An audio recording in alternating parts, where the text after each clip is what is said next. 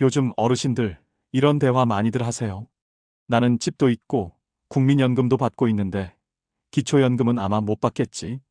근데 옆집 누구는 받는다던데 도대체 기준이 뭘까? 뭐 계산이 복잡하던데 나는 해당이 되는 건지 안 되는 건지 도통 모르겠다. 이런 대화요. 오늘 이 영상 끝까지 보시면 여러분이 기초연금을 받을 수 있는지 없는지 정확하게 알 수 있습니다. 그리고 작년까지는 못 받았는데 올해부터는 받을 수 있게 된 분들도 있어요. 왜 그런지도 오늘 다 알려드릴게요. 정부가 며칠 전에 2026년 기초연금 기준을 발표했어요. 그런데 이게 작년하고 좀 달라졌습니다. 혼자 사는 분은 한 달 소득이 247만 원 이하면 받을 수 있고요. 부부가 같이 사는 경우에는 395만 원 이하면 받을 수 있어요. 작년보다 기준이 올랐어요. 그래서 작년에는 아슬아슬하게 기준을 넘어서 못 받으셨던 분들 중에 올해는 받을 수 있게 된 분들이 꽤 많이 발생하는 겁니다. 많은 분들이 헷갈려하는 대목이 있는데요. 기초연금에서 보는 소득은 월급만 보는 게 아닙니다. 연금, 사업소득, 예금, 집, 땅 같은 재산까지 모두 모아서 소득인정액이라는 숫자를 따로 계산합니다. 그리고 이 계산 방식이 생각보다 우리 편으로 되어 있는 경우가 많습니다. 월급만 적다고 무조건 받는 것도 아니고 반대로 월급이 좀 있어도 다른 재산이 별로 없으면 받을 수도 있어요. 대출이나 빚이 있으면 그만큼은 또 빼주기도 하고요. 그래서 실제로 기초연금 받는 분들을 조사해 보니까요. 거의 86%가 한 달 소득인정액이 150만 원도 안 되는 분들이에요. 기준은 247만 원까지로 높은데 실제로는 대부분 중간 이하 소득을 가진 분들만 받고 있는 겁니다. 그런데 올해부터 기준이 상향되어 더 많은 분들이 혜택받을 수 있거든요.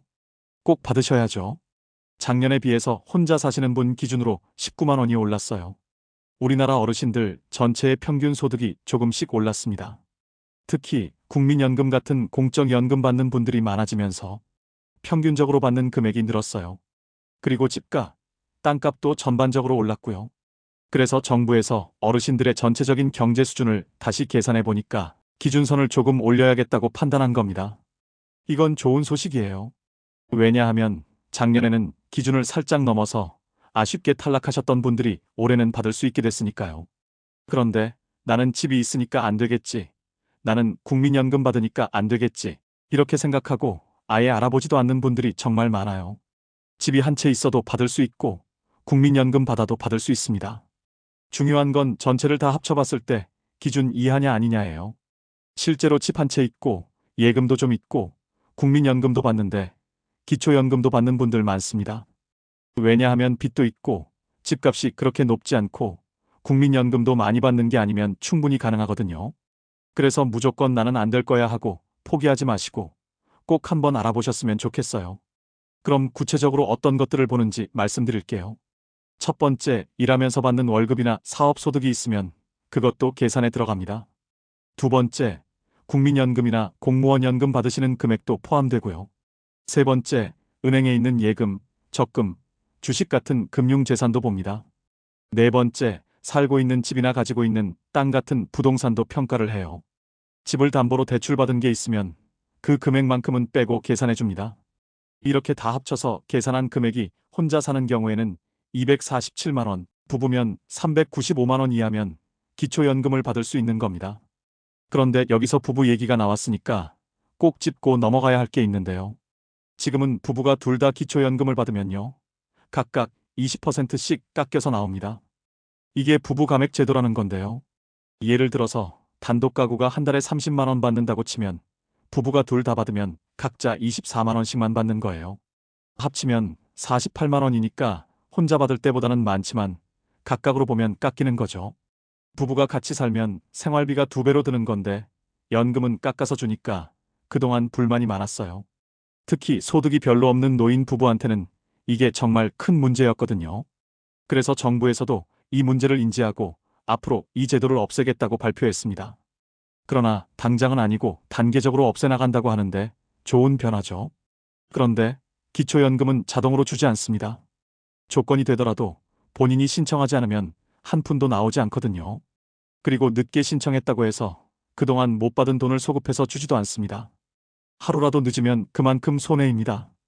읍면동 주민센터에 가시면 현재 기준으로 소득인정액을 바로 계산해 줍니다.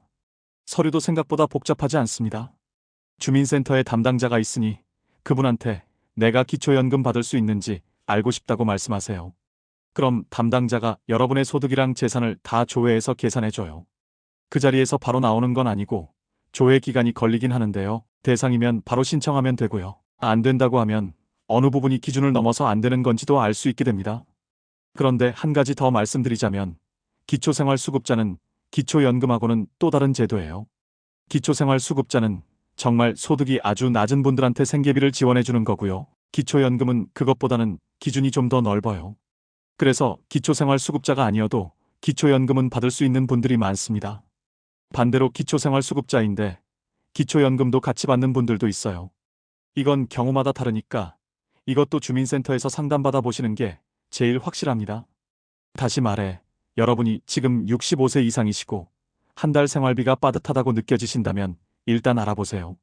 집 한 채 있다고, 예금 좀 있다고, 연금 조금 받는다고 포기하지 마시고요. 생각보다 많은 분들이 대상이 됩니다. 실제로 통계를 보면 65세 이상 어르신 중에 70% 정도가 기초연금을 받을 수 있도록 설계되어 있어요. 10명 중에 7명은 받을 수 있다는 얘기예요. 그런데 실제로는 그것보다 훨씬 적은 분들이 받고 있습니다. 왜냐하면 받을 수 있는데도 신청을 안 하거나 아예 모르고 있는 분들이 많기 때문이에요. 한 달에 34만 원 정도 될 텐데요. 병원비, 약가, 생활비, 여기저기 쓸 데가 한두 군데가 아닌데 받을 수 있는데 안 받으면 너무 아까운 돈입니다. 그리고 올해부터는 기준이 올랐으니까 작년에 알아보았다가 안 됐던 분들도 다시 한번 확인해 보시는 게 좋아요. 상황이 달라졌을 수 있거든요.